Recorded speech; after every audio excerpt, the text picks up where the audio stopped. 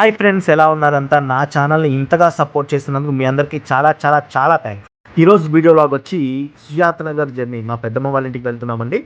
So మనం వచ్చేసాం ఫైనల్గా మా పెద్దమ్మ వాళ్ళ ఇంటికి. చూడండి, ఆ పూలు, ఆ మొక్కలు, ఆ పూల మధ్య ఉన్న ఆ చీమలు, ఆ జై శ్రీరామ్ అనే ఆ జెండా అసలు ఎంత అద్భుతంగా ఉన్నాయో. మా పెద్దమ్మ వాళ్ళ ఇంట్లో స్పెషాలిటీ ఏంటంటే ఇంటి నిండా మొక్కలు, గ్రీనరీ అద్భుతంగా ఉంటుంది. ఎక్కడ చూసినా నాకు మంచి మంచి ఫ్రేమ్లే కనిపించాయి. సో అన్నీ లాగేసాను అనమాట. సో మా పెద్దమ్మ వాళ్ళ ఇంట్లోనే ఒక గుడి కూడా కట్టుకున్నారు. సాయిబాబా టెంపుల్ అండి అది. తను సొంతంగా తను కొలుచుకోవడం కోసం గుడి కట్టుకున్నారు. సో ఆ గుడిలో ఇప్పుడు మీరు చూస్తుంది ఎండుగడ్డి అండి. ఈ ఎండుగడ్డిని మా పెద్దమ్మ ఇంట్లో ఉన్న ఆవుల కోసం తెచ్చింది. సో ఆ గుడి చాలా దాదాపు కట్టి ఇప్పటికే ఒక 15 ఏళ్ళ దాకా అయ్యిందండి. సుజాత్ నగర్లోని ఎంఆర్ ఆఫీస్ ముందే మా పెద్దమ్మ వాళ్ళ ఇల్లు ఉంది. ఆ ఇంట్లోనే ఈ గుడి కూడా ఉంటుంది. మా పెద్దనాన్నగారైన పమ్మి నాగేశ్వరరావు గారు, పెద్దమ్మ అయిన పమ్మి వరలక్ష్మి గారులే ఈ గుడిని కట్టించారండి. అక్కడ సుజ్జుగాడు చేపలతో ఆడటం చూడండి. వావ్, అందమైన శివలింగం అండి. నంది, బాబా పాదాలు, సాయిబాబా చూడండి, అద్భుతమైన ఆ ముఖవర్చస్సు చూడండి. సాయిబాబాని చూస్తే మనకున్న కష్టాలన్నీ మర్చిపోతామండి. మనసుకి ఎంత ఆహ్లాదంగా ఉంటుందంటే ఆ ఫీలింగ్ ఇంకా మాటలతో అందదు. అంత స్వచ్ఛంగా ఉన్నాడు సాయిబాబా. పాలరాతి విగ్రహం అది. సో అది దత్తాత్రేయుని విగ్రహం, మీరు గమనించవచ్చు అక్కడ. సో సాయిబాబాని దత్తాత్రేయుని అవతారంగానే చెప్తారు. మరోవైపు ఉన్న ఈ విఘ్నేశ్వరుని ప్రతిమను చూడండి. సత్య సాయిబాబా దివ్య మంగళ రూపం ఒకసారి చూడండి. ఇప్పుడు మీరు చూడొచ్చు, చోటికి గంట కొడుతుంది.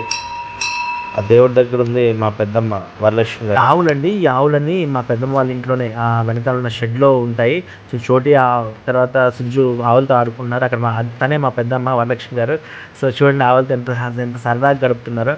సో ఇది మా పెద్దమ్మ పట్టుకున్న ఈ ఆవు పేరు కామాక్షి అండి. కామాక్షి. ఆ కామాక్షికి చెందిన పిల్లలే అక్కడున్న ఆవులన్నీ.